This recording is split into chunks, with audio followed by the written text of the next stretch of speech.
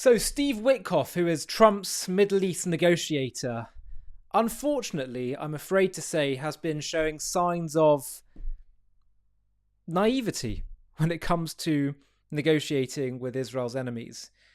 And it's not just me that's saying this, it's many people who care about Israel, the West, defeating Hamas, defeating Iran, stopping them from getting nuclear weapons, etc., etc. And Ben Shapiro has now waded in. Someone who has shown certainly quite a bit of support to the Trump administration. He says he does not trust Witkoff's judgment. Have a watch. Okay, suffice it to say, I do not trust Steve Witkoff's judgment when it comes to cutting deals, because so far the deals that he has cut have been effectively useless. The only deal that he cut was the deal to release some of the Israeli hostages from Hamas very early on. And frankly, that deal was maybe the mediocrest deal I have seen.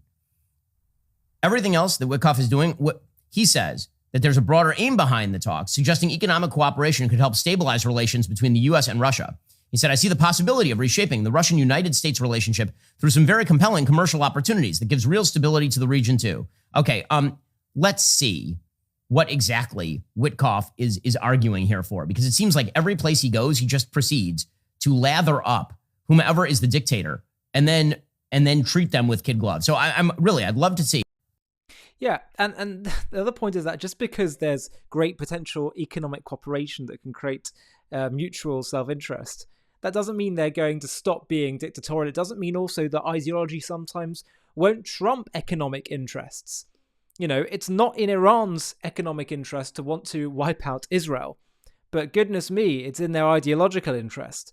And similarly with Russia, they're going into Ukraine. I mean, I think maybe you could make a case that it's economic. I suspect some of it's more about political power, ideology, nostalgia, ego, all kinds of other things.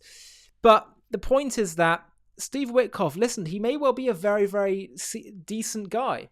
Even with the Israel ceasefire agreement that he got with the hostage deal, he was, in fairness to him, just enacting a deal that had kind of been prior agreed by Israel and other parties. So he was just trying to help make that come to fruition.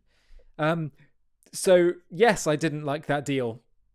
Of course, I love the fact the hostages were returned, but there was very bad stuff that Israel agreed to in terms of releasing so many Arab murderers and terrorists back onto the streets, which is utterly evil. But the point is that when it comes to his views on Qatar, when it comes to his views on Iran, he's seeing them as rational actors, and the danger in that, and maybe this comes from seeing things only through the eyes of a businessman. Although Trump is also a businessman, he seems to get it more so, it seems to me. But my sense is that there's not enough appreciation that people who can seem like rational actors can actually be very deceptive and seem like they're rational, but actually they can be deeply ideological. Don't forget Osama bin Laden. When you tried to get this narrative of, oh, well, he's just aggrieved with the West. He grew up in luxury. The bin Ladens were wealthy. Ideology, and this is a mistake that people on the right and the left can make.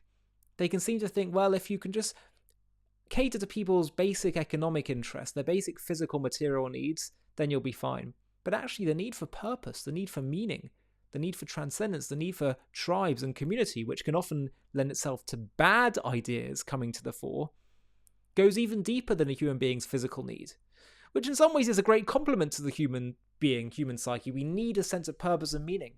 But if that gets into the wrong hands, if that filters into negative ideologies, false ideologies, immoral ideologies, it can be incredibly dangerous. And so I don't think Trump is in the same category as Witkoff at all. At least at this stage doesn't seem to be. But the Witkoff negotiating and strategy needs to be kept, in my view, a very close eye on indeed. What do you think? What do you think about Witkoff's comments he's made so far?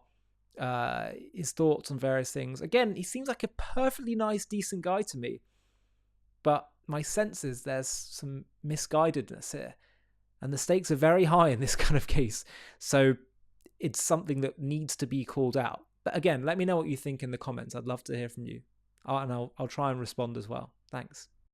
Thank you so much for watching. To watch another one, click here. To stay up to date with all our content, click here to subscribe. And if you're able to, you can help support JTV to grow and grow by clicking join below this video, where you can become a member and get perks including early access to videos and private live discussions with me. But most of all, you'll be partnering with us on our mission to change the world.